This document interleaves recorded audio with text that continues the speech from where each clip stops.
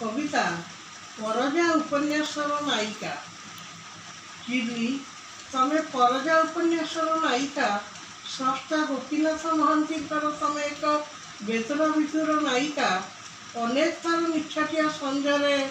मु तुमको देखी जिली पिपासित आत्मा नहीं मना चक भली तमे पड़ी रही तुमर से छोट गाँ सरसुपदर गाँव नुआ नुआ कुड़िया तले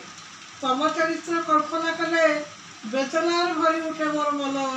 इच्छा हुए बाल्मीकि भली आउ एक नुआ रामायण सृष्टि करने को प्रागैतिहासिक जुगरे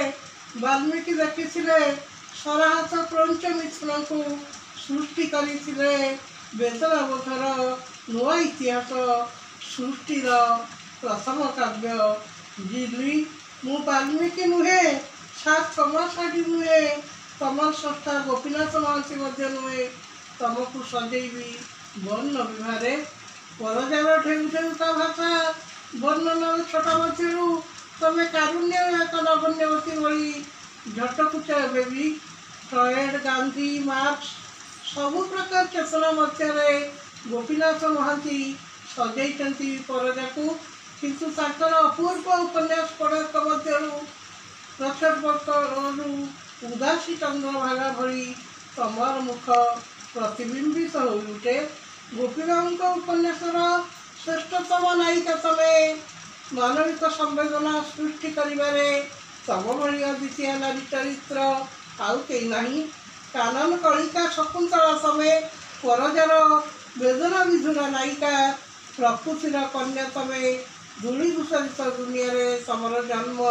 स्वाभाविकता स्वच्छंदता भितर तम समाजर झील जन्म हुए खोलाखोली भाव तम समाजर नारी पुरुष निजर साथी बाटती तमें बागला को नहीं स्वप्न देखी झोला टंका जोगाड़ कर तुमको ता घर को नेबार स्वप्न देखा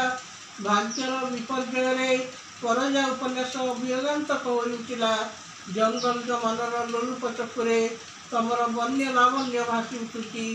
तम पिता शुक्रजानितार प्रत्यक्षत होई से प्रतिहिंसा नेला सरल आदिवासी अंधविश्वास जेल जीवार भय तम जीवन को छारखार कर देती सुंधी महाजन राम विषय तम बापा टंका कर जानी जोरीमाना देवाई तमर बापा भाई मांडिया और चित्रा गति जाइंट मांडियार नीरव प्रेम सत्वे काजोड़ी चैत्र पर्व तमर प्रेमिक बागला सह कन्या झोला को चली जाइए पहाड़ी झील पसरा मुंडाए किंतु दायित्व मुंडाए नहीं पेटर आत्मवाद सही न पारी तमें कंट्राक्टर गुमास्ता पाखे रोड पाई टिके उत्तेजना मोह गुमास्ता पाखे निजक समर्पी देच नंदबाली सह भौणी विधि बह पर तमें असहाय हो जाइच ताऊ परजार सकल दर्द सत्वे तमें तार प्रति आकृष्ट हो पारिन तमें राम विषय पाखक फेरी आसिच तमर बापा कहला जा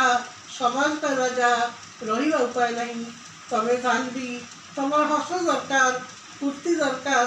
अर्थ राम विषय जार आहरी गति जमी दरकार धन पाई लोभ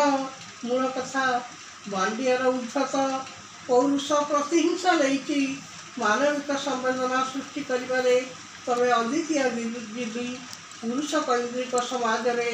तमे एक विडंबित नारीत्व जीवन कसटी पथरे तमे केवल हारि न रिक्ता शून्य हस्त पलटि जाइच प्लीज सब्सक्राइब माय चैनल।